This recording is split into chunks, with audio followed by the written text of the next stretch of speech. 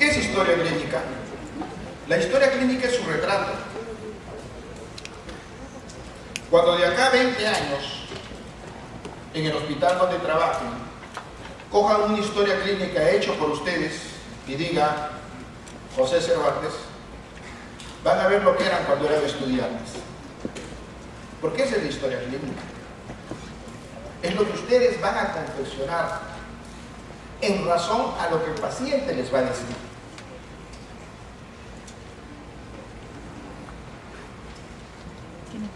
Me siento orgulloso de mi familia, me siento orgulloso de la vida porque la vida le ha dado a mis hijos, creo que lo mejor.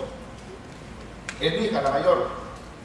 Cuando tenía 4 añitos estaba en el jardín y le tocó salir en primavera y le pregunté, ¿de qué quieres disfrazarte? De cirujana, me dijo.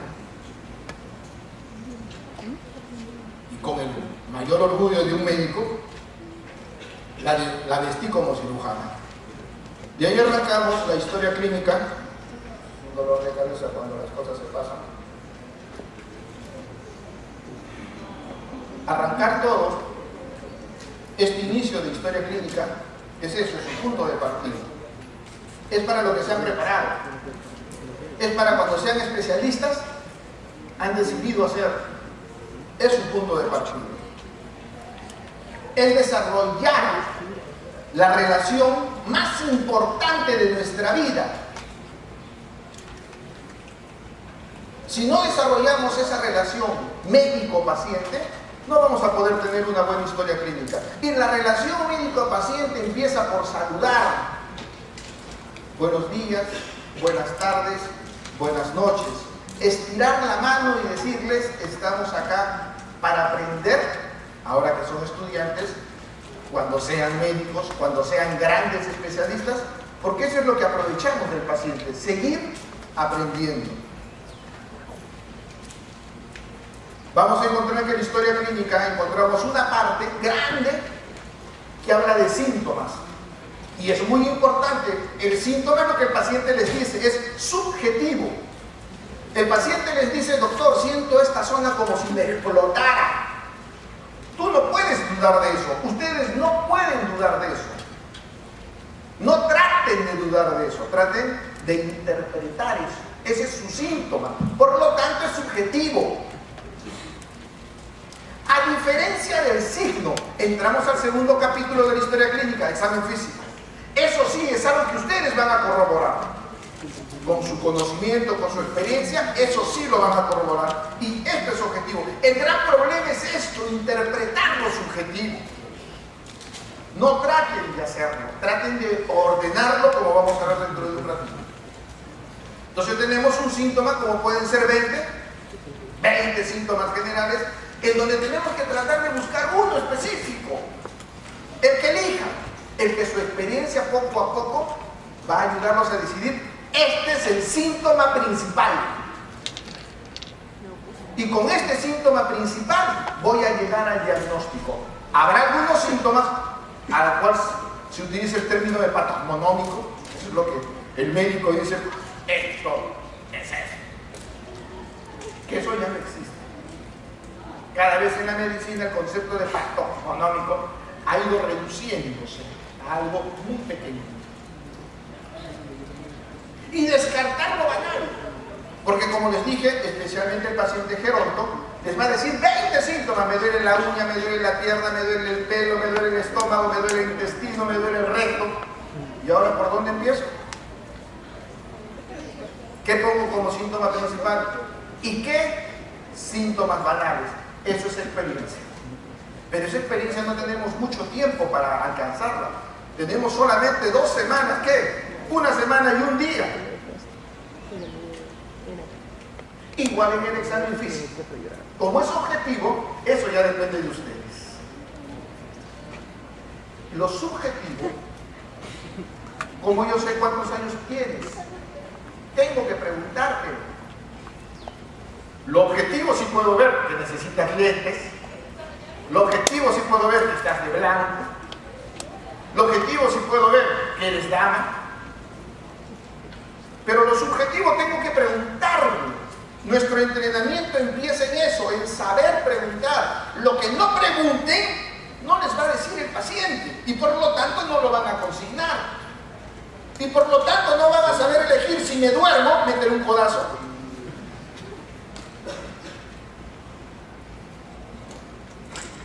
Y por lo tanto no voy a poder elegir si me duermo o si busco el síntoma principal. Ese es el entrenamiento de ustedes. Pero la única forma de entrenarnos en eso es en hacer y en hacer historias. En leer y en leer historias. ¿Quién es el único que nunca se equivoca? ¿Qué? Dios. ¿Quién más? El que no hace nada. Ustedes van a hacer cosas. Entonces se van a equivocar. No tengan miedo al error.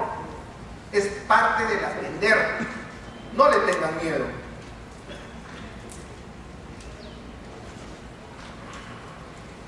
Entonces una historia clínica, dos partes. Una parte subjetiva y una parte objetiva.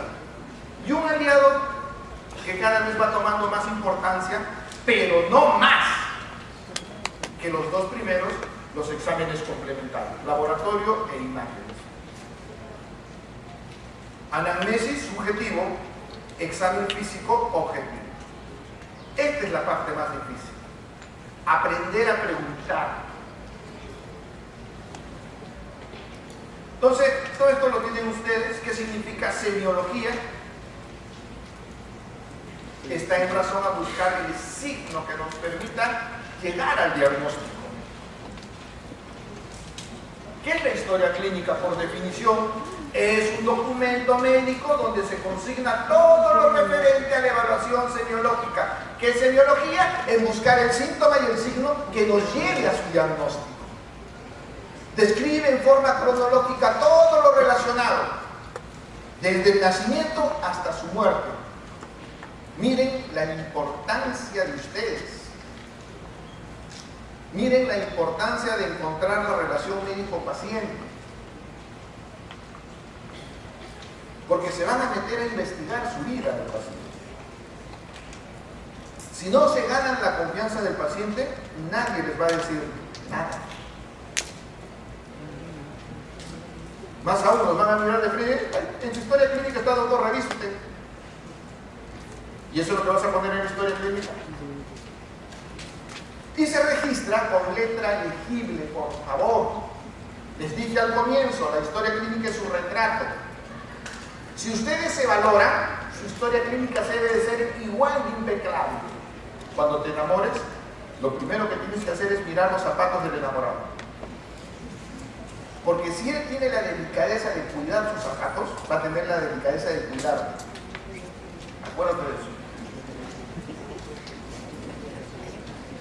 Aquella persona que hace la historia clínica con letra legible no tiene miedo de que lo lean, no tiene miedo de ser transparente. El acto médico es trascendental en la anamnesis, es de importancia en salud. 30% del medicamento que va a mejorar al paciente se llama placebo, y ese placebo es esto, el acto médico. Eso ya lo estudiaron en farmacología, el efecto placebo de la atención médica. Tiene que haber confidencialidad, integralidad, secuencialidad, racionalidad, disponibilidad y obligatoriedad. Es obligatorio hacer una historia clínica. Así sea en un policlínico cualquiera, siempre lo primero que va a hacer la enfermera es ponerle una hoja de historia clínica. La historia clínica también sirve para educar al paciente. Esas atenciones de solo en 10 minutos no sirven, porque la historia clínica, el acto médico, también sirve para educar al paciente. La principal causa de infección urinaria en las damas es las relaciones sexuales. Pero ¿qué médico se atreve a preguntarle, disculpa Linda, ¿has tenido relaciones sexuales en los últimos días? Muy pocos. ¿Has tenido relaciones rectales? ¿O tus relaciones sexuales, después de que tienes relación sexual, vas al baño y orinas? Muy pocos. Lo único que nos interesa es disuria por la curia, darle su antibiótico y chao, calabaza. ¿Qué pasa con tu vida sexual? Es tu problema. Para eso hay un ginecólogo. Entender que nuestro acto médico es esto también, educar al paciente. Muy bien, la historia clínica tiene partes. Tiene una parte, como dijimos, de anamnesis. ¿Viene? Y una parte que es examen físico. Lo que vamos a darle de importancia ahora es a la anamnesis. La anamnesis también tiene distintas partes. La primera parte es ectoscopía. Y ahí entramos a la anamnesis propiamente dicha, donde lo primero es filiación, enfermedad actual con síntomas principales, tipo de enfermedad, forma de inicio, curso de enfermedad, relato de síntomas y funciones biológicas. Y ahí vienen los antecedentes. Y por último, revisión de aparatos y sistemas. Muy importante, y todos los médicos les van a decir, una vez que han colocado filiación, tienen que colocar su enfermedad actual. Tienen que consignar acá su síntoma principal, su tiempo de enfermedad, su forma de inicio, su curso de enfermedad, y después entrar a la historia, al relato. ¿Qué le enseño yo a mis alumnos? Que primero pongan el relato. Primero agarren su historia con una línea de tiempo. El paciente viene por cefalea, 15 días antes, la línea es 15 días cefalea. Y de ahí va a describir todo lo que corresponde a cefalea. Primero hagan el relato. Una vez que tienen el relato, ahí sí, ¿qué es lo más importante? Ahora sí, pondré los síntomas principales de ese relato. Ahora sí le podré poner el tiempo de enfermedad de ese relato. Ahora sí le podré poner su forma de inicio y su curso de enfermedad. Muchos empiezan esto y ponen síntoma principal tos, tiempo de enfermedad 5 días, forma de inicio agudo, curso de enfermedad progresiva. Relato, paciente refiere que hace 20 días. ¿Cuántos días puso? Miren la discrepancia. Esto de acá es un resumen de su relato. Esto de acá sirve para cuando el médico con experiencia viene y dice, síntomas principales, tiempo de enfermedad, es esta enfermedad. Por ahí va a ir mi cabeza. Ustedes no lo hagan así. Cuando tengan la experiencia, lo van a hacer. Pero ahora que están empezando, primero confeccionen su relato. Una vez que tienen su relato, nos vamos al resumen. Y ahí podré poner el síntoma principal, el tiempo de enfermedad, la forma de inicio y el curso de enfermedad. Y ahí sus funciones biológicas y sus antecedentes. Muy bien, ¿qué es ectoscopía?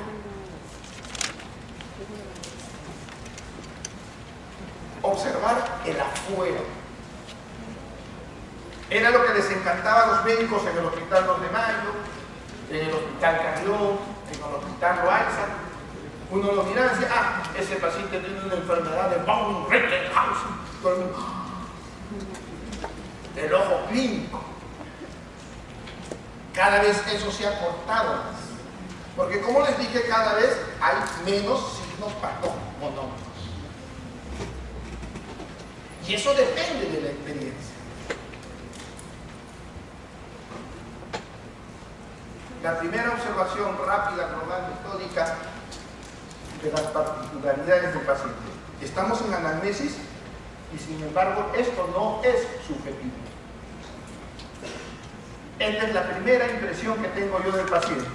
La señorita viene a mi consultorio y lo primero que tengo que ver yo es una señorita dama de aproximadamente 24 o 25 años, ¿no? Esos lentes no son de aumento, entonces no es problema de cerca, probablemente es de lejos. Las uñas no son largas, están bien cortaditas, no están pintadas como corresponde a un médico. Pasaré eso por su costado y veré olor.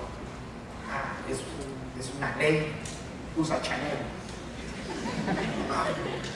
Esa es la ectoscopía. La primera impresión, y como tanto es objetivo. ¿Y quién hace la evaluación objetiva? El médico.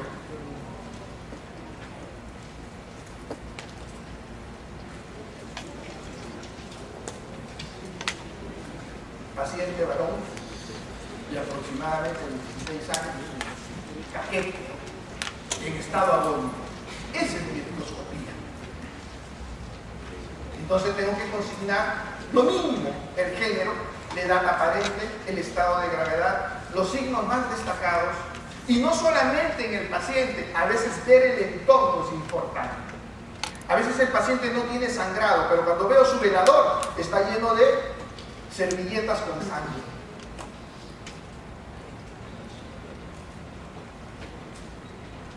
Pero para una buena endoscopía tengo que tener una buena relación de médico, paciente y ambiente. El médico tiene que estar entrenado para lo que le da. Tiene que ganarse la confianza del paciente, y ese paciente tiene que estar en una determinada posición, con una determinada ropa. Antes se hablaba de desnudez. Ahora respetamos mucho la privacidad del paciente. Lo desnudaremos esencialmente cuando entremos al examen físico. Porque no se olviden que estoy por recién hacerle la pregunta, no lo voy a desnudar. A ver, desnúdese. Señora, ¿por qué viene usted?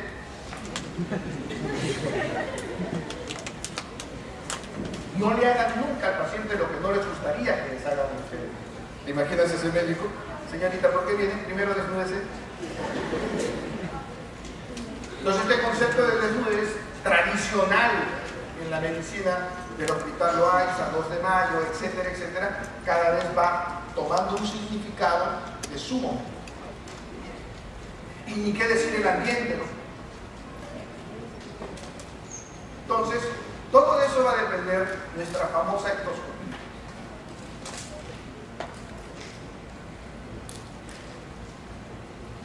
Tiene mucha importancia cuando tenemos un paciente pediátrico, porque el paciente pediátrico a veces no expresa lo que siente.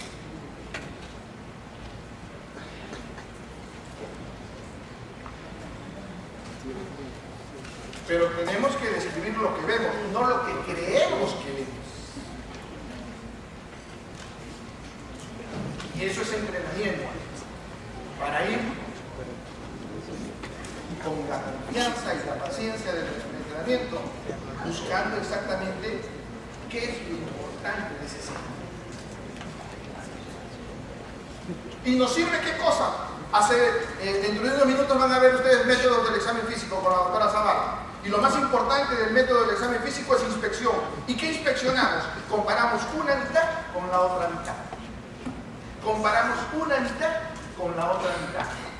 Es nuestro principal punto de comparación. No puedo comparar a él con ella,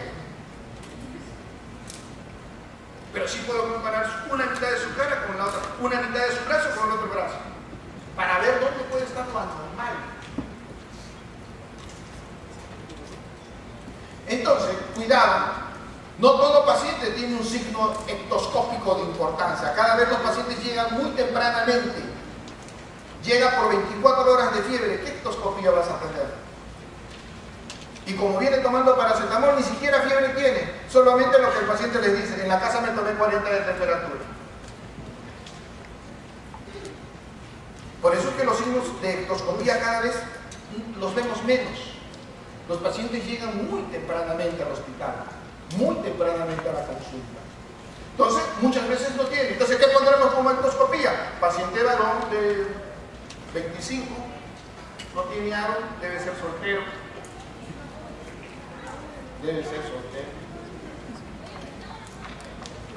No debe forzarse la búsqueda. No se trata de agarrar mi lupa y agarrar pelito por pelito, meterme a la nariz. No. La endoscopía es la primera impresión que uno tiene del paciente. A veces, por tratar de encontrar el signo, 20 neurólogos ven a un viejito. Uno se levanta y dice: ¡ah, esa es la marcha táxica de Friedrich! Otro se levanta: mi querido colega, usted está equivocado. Esa es una sífilis diabética en 3er grado. Otro se levanta, otros 20 genios ahí. Bueno, salgamos de la duda. Señor, ¿qué enfermedad tiene usted? No tengo ni acá, lo que pasa es que estoy buscando un baño. Con la experiencia podrán encontrar los signos ectoscópicos. Es muy distinto la ectoscopía del aspecto general. Cuando empecemos el examen físico vamos a ver que se empieza por el aspecto general. El estado general, el estado de nutrición y el estado de hidratación. La ectoscopía es mucho más vaga. Es un diagnóstico presuntivo. Puede a veces no consignarse, es rápida, requiere de mucha experiencia y va al inicio de la historia clínica, antes de empezar la anamnesis como hemos quedado. ¿Y qué es lo más importante de la ectoscopía? Buscar el signo destacado. Signo destacado.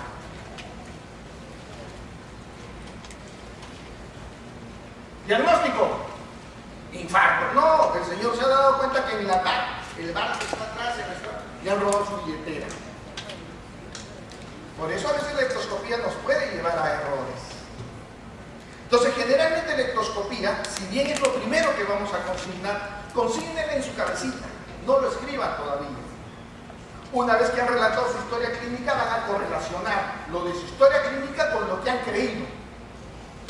Paciente con alas de la nariz anchas, dedos anchos. ¿Qué enfermedad? ¿Qué enfermedad? Ya has hecho anatomía, ya has hecho endocrinología, ya has hecho fisiología endocrinológica. ¿Qué enfermedad? Con prognatismo, ¿qué enfermedad? Acromegalia. Si a eso el paciente va con dolor de cabeza y trastorno visual, la ectoscopía toma una gran importancia, porque si no, simplemente es un paciente que ha venido de la finca. Entonces la ectoscopía tratemos de conllevarla con algún otro dato más, para no equivocarnos. Paciente azul con edema que deja signo de fovea, presión venosa elevada, insuficiencia cardíaca. Cianosis peribucal con dedos acrobáticos, valvulopatía. Flexionado una pierna, la otra no está flexionada, un brazo en supino, y para ponerlo en supino el paciente se tiene que colocarlo. A diferencia, ¿qué cosa? Una parálisis de un hemicuerpo, lo que les mencionaba. Aunque esta imagen es para una enfermedad específica, siempre la aclaro yo: paciente que te desingresa a un ambiente lleno de tuberculosis, obesidad, cara en media luna, hirsutismo, Cushing. ¿Y dónde empieza el Cushing? Soy asmática, doctor.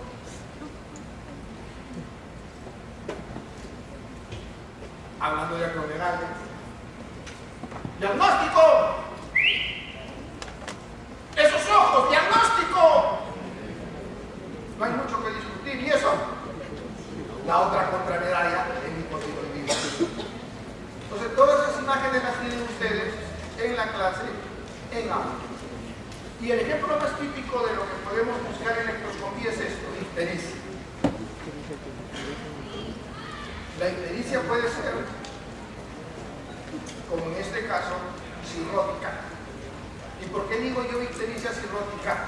Dicen ictericia rubínica, porque al paciente le encuentro,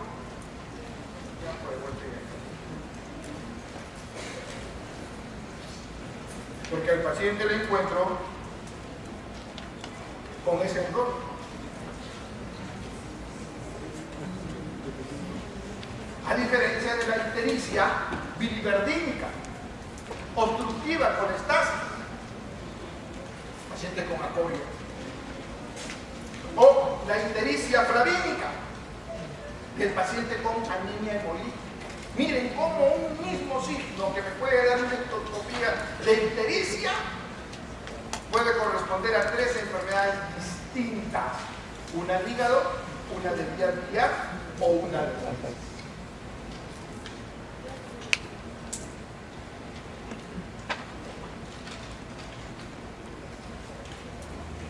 Diagnóstico.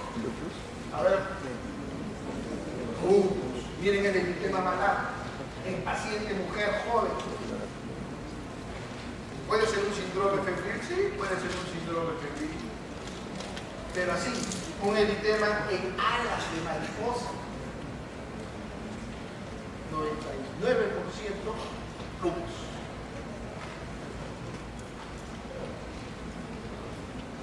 ¿Por qué es adenoidea? ¿Qué es el adenoide? ¿Alguien sabe qué es el adenoide? Una de las tónsilas. ¿Cuál de las tónsilas? ¿Cuál de las amígdalas? La amígdala faríngea, la que está pegada en la faringe arriba, que como crece tapa las coanas. ¿Qué son las coanas? La apertura que comunica la fosa nasal con la nasofaringe. La tapa. Y al taparla no puede respirar por la nariz y tiene que respirar por la boca. Como ya se olvidaron de la anatomía, Dios lo olvide. Bueno, eso es otro tipo de mudo.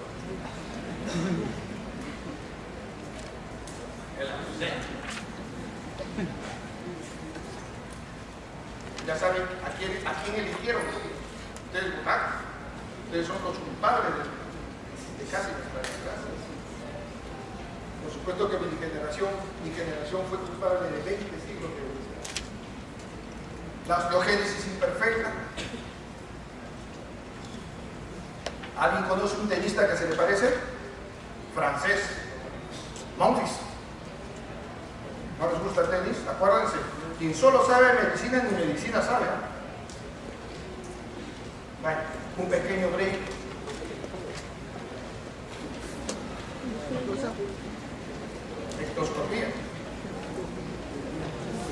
Ectoscopía.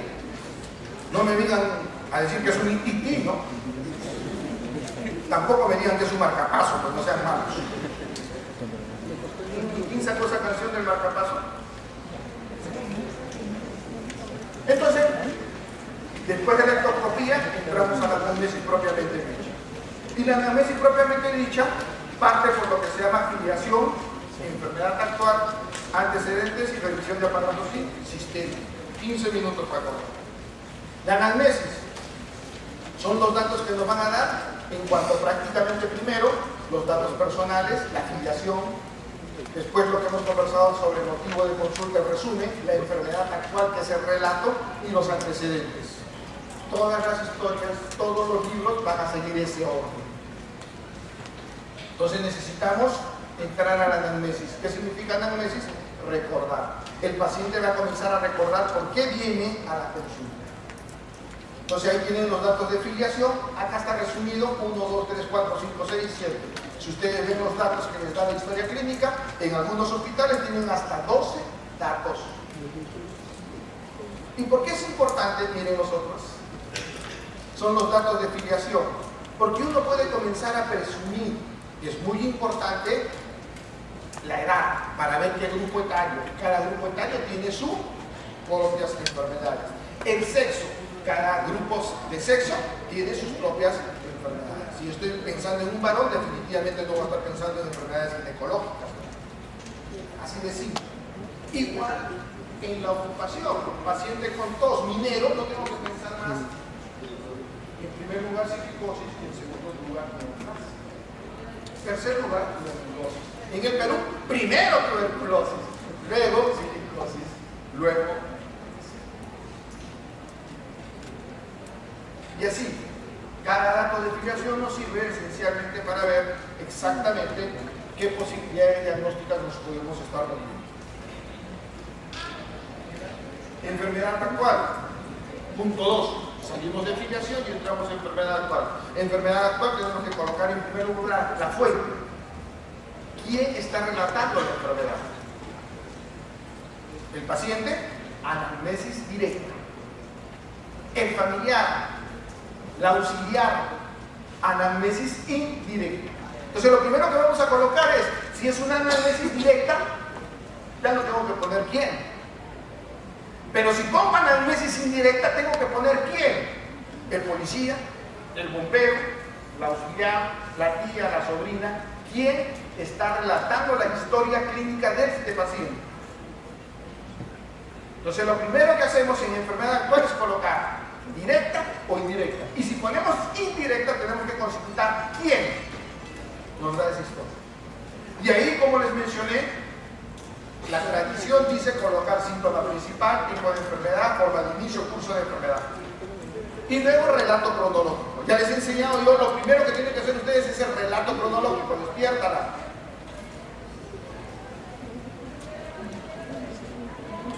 Lo primero que tienen que cocinar es el relato cronológico. Y una vez que tienen el relato cronológico, hacen su resumen.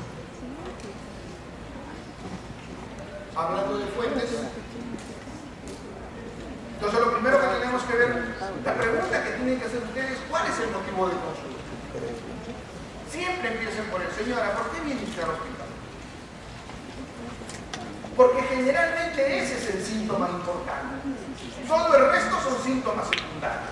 Generalmente ese es el que yo voy a tomar como la punta del ovillo, el que me va a llevar a la enfermedad. Generalmente. Entonces tenemos que colocar un análisis del síntoma, forma de inicio. La señora viene por cefalea, forma de inicio. La cronología de eso, la localización, la irradiación, las características del síntoma. Entonces, cuando hablamos de dolor, les van a enseñar una onomatopeya, alicia o alicie. A de aparición, L de localización. Icie, ya van a ver ustedes qué pasa por intensidad, características, irradiación, evolución. El famoso alicie, cuando hablamos de dolor. Lo mismo tratar de hacer para todos los síntomas. Por eso les hablaba de la línea del tiempo.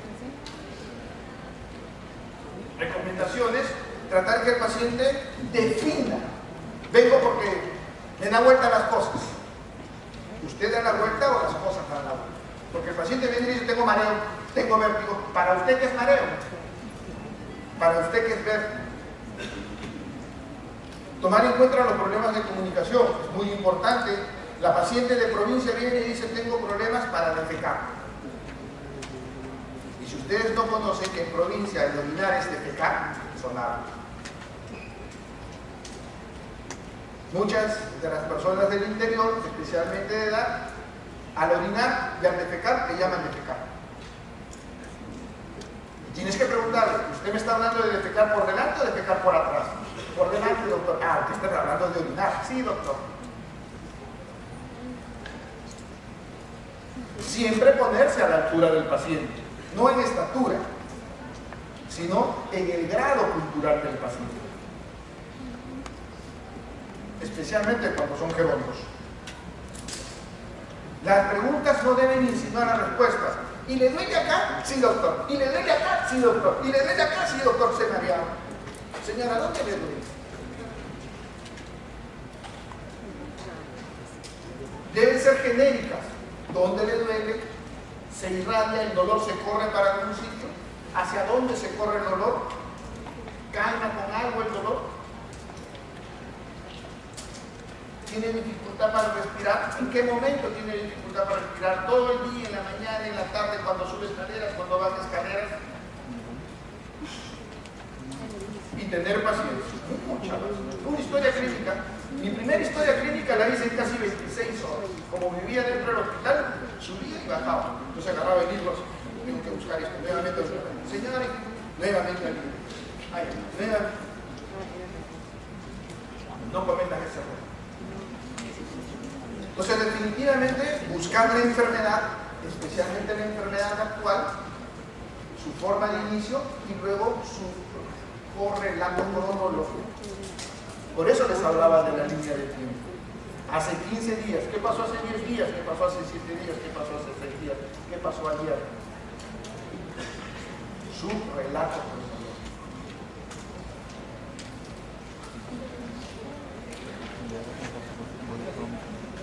Tratemos de cuantificar el síntoma. Tratemos que eso subjetivo sea objetivo. Si 10 es lo máximo de dolor y 0 es nada de dolor, ¿cuánto tiene usted de dolor? 5 dolor.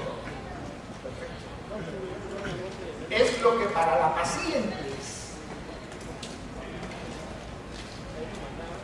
Si 10 es lo máximo de cansancio y 1 es nada, ¿cuánto de cansancio tiene usted? Tratemos de cuantificar ese dato subjetivo. Intensidad. Entonces, cuando le pongamos intensidad al síntoma, traten de cuantificarlo. ¿Qué factores desencadenan? Entonces siempre colocar los agravantes y los atenuantes. ¿Con qué agrava su síntoma? ¿Con qué disminuye su síntoma? Y los síntomas acompañantes. Eso que nadie quiere preguntar, porque cuando uno pregunta síntomas acompañantes, les relatan como 100 síntomas. Bueno, poco a poco van a ir separando. En el siglo XXI, casi 30% de las enfermedades son iatrogénicas. Nunca dejen de preguntar al último que estuvo tomando algún medicamento. ¿Comenzó a tomar usted un medicamento?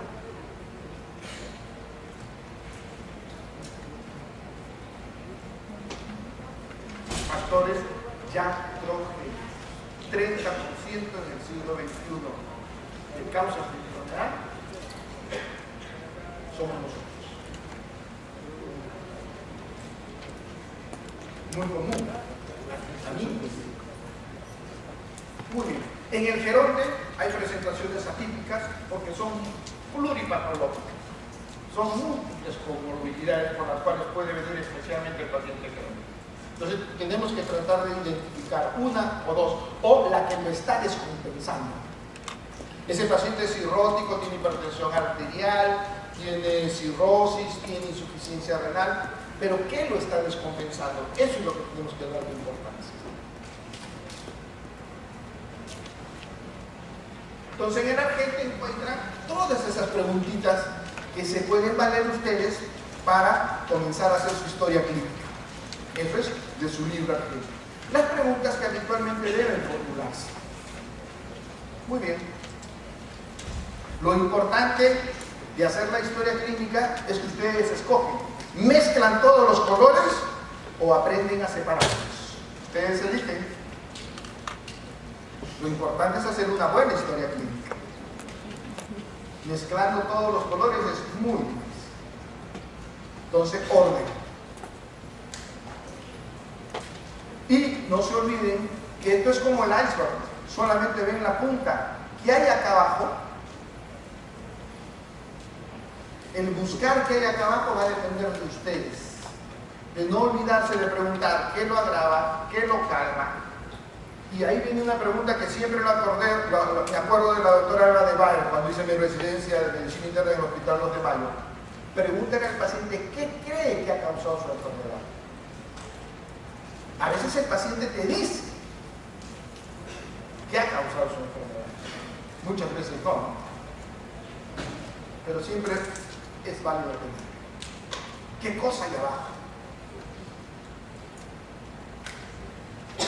Muy bien. Por último entramos a, penúltimo, funciones biológicas, apetito, sed, orina, deposiciones, sueños, cambios ponderales, para ver qué grado de trastorno fisiológico puede tener el paciente con la enfermedad actual.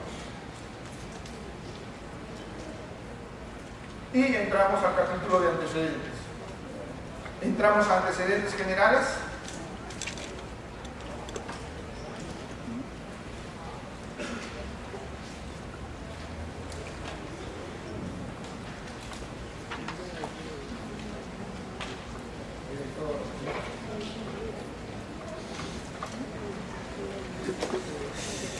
Seguimos con antecedentes fisiológicos. Todos ustedes lo tienen bien ordenado en la clase o en la historia clínica que les doy los dos Jiménez. Dentro de antecedentes fisiológicos, una de mis taras, cada uno de ustedes tiene que conocer cuáles son sus taras, es muy importante y no hay que tenerles miedo. Una de mis taras es que siempre me olvido de preguntar al paciente cuándo fue la fecha de su última regla. Que nunca se olviden eso de ustedes, en caso de que sea su paciente mujer. Siempre preguntarle cuál fue su última regla. Por ahí muchas veces está la enfermedad.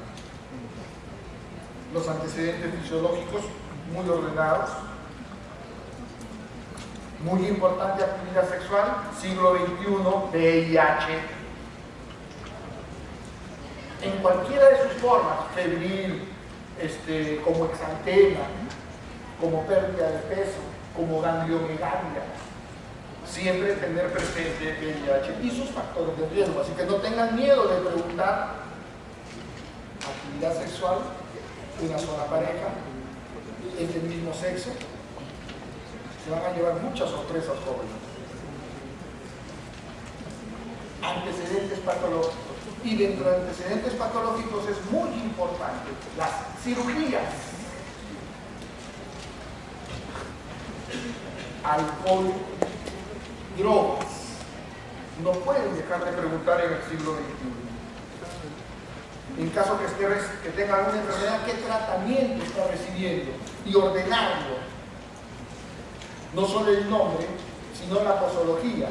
¿Qué recibe usted? Pastilla para la presión arterial. ¿Qué pastilla para la presión arterial? Candesartán. ¿De cuántos miligramos? De 8 a 16 miligramos. De 16 miligramos.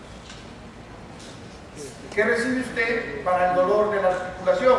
Meloxicam. Meloxicam de 7 o de 14. ¿Oral o sublingual?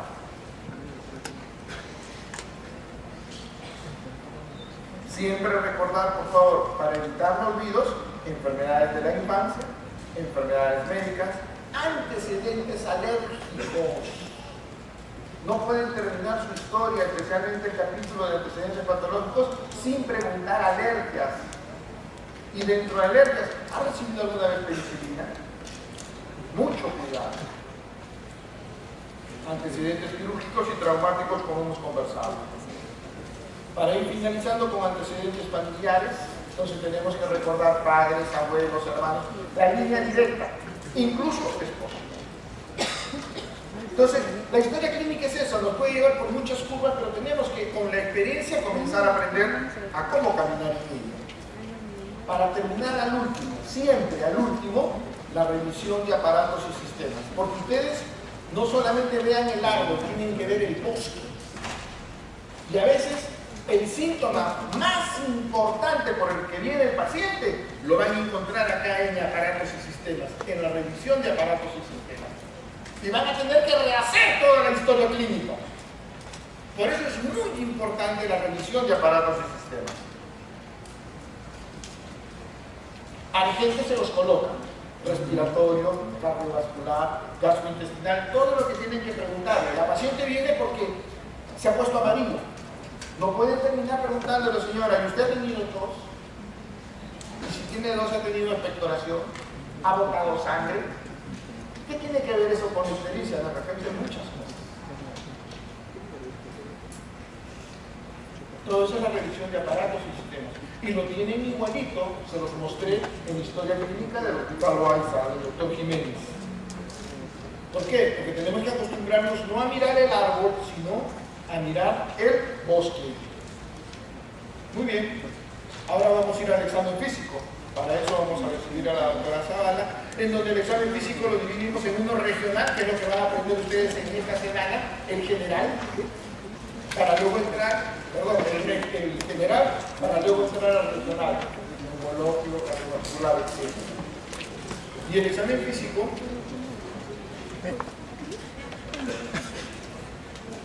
al final nos permite presentar una impresión diagnóstica. La impresión diagnóstica que tienen que dar ustedes es sindrómica, ictericia. No me interesa que me pongan cirrótico, cáncer de vía biliar. Lo que tienen que hacer es su síndrome, ictericia. Pero ya hemos aprendido, luego viene el diagnóstico presuntivo, y ahí viene el diagnóstico etiológico y por último el diagnóstico topográfico. Si ustedes guardan ese orden, no se van a equivocar nunca. Por ejemplo, el paciente viene con dolor abdominal. Si le encontramos una vesícula con cálculos, pues podremos hablar de que su enfermedad final es una litiasis vesicular. Si el paciente tiene dolor articular intenso, puede ser que tenga hemólisis, anemia, y podremos encontrar una bilirrubinemia indirecta incrementada. Es decir, a pesar de tener varias cosas, tenemos que buscar su buena correlación. Cuando escuchan trotar, piensan en caballos o en cebras. Siempre busquen lo más común. Una vez que descarten lo común, recién preguntan, ¿no será una cebra? Su plan de trabajo, una vez que han hecho su diagnóstico sindrómico, tienen que buscar corroborar su diagnóstico sindrómico. Ya no basta que sea ictericia. Esa es una ictericia porque la clasificación nos lleva a dividirlo en directa o indirecta. Si yo estoy sospechando que es directa porque el paciente tiene acolia, Buscaré sus exámenes laboratorios específicos. ¿Para qué le voy a pedir reticulocitos?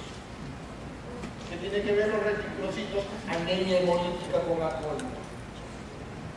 No se trata de pedirle los 50 para ictericia, no, yo ya seleccioné. Mi ictericia por la historia clínica parece ser obstructiva, por la colia. Y por lo tanto mi plan de trabajo irá hacia ese sentido.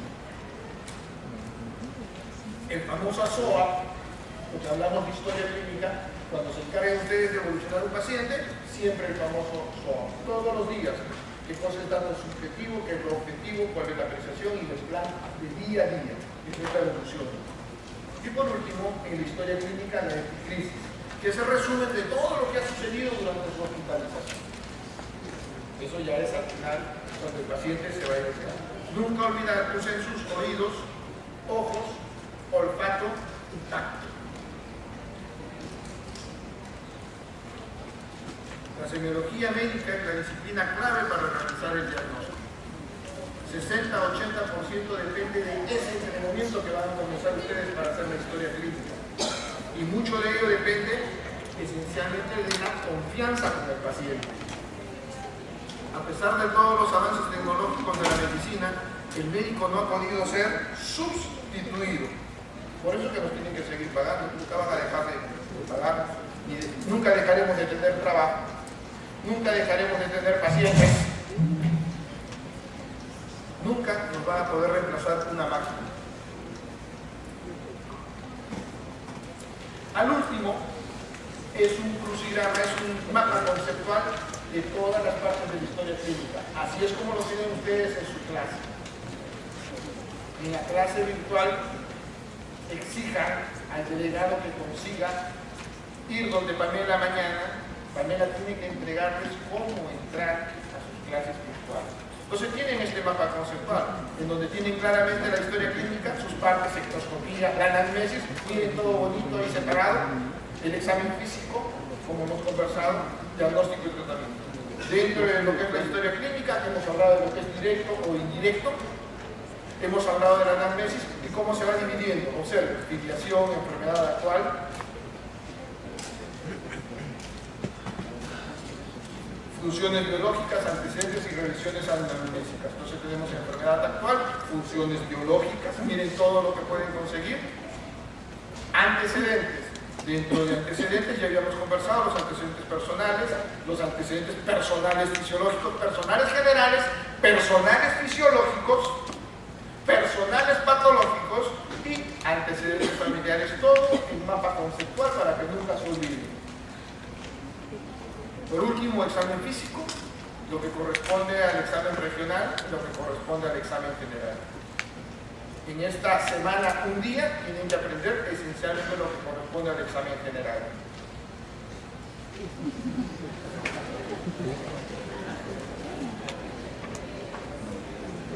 Una gata, ¿no? Una gata. Esa misma señorita de 4 años, hace poco, tuvo el honor de graduarse en esta universidad en el primer lugar de su promoción. Nunca se olviden de eso. El que trabaja con sus manos es un artesano. El que trabaja con su mente es científico. El que trabaja con el corazón es un artista. Pero el que trabaja con sus manos, con su mente y con el corazón es un jóvenes, muchas gracias.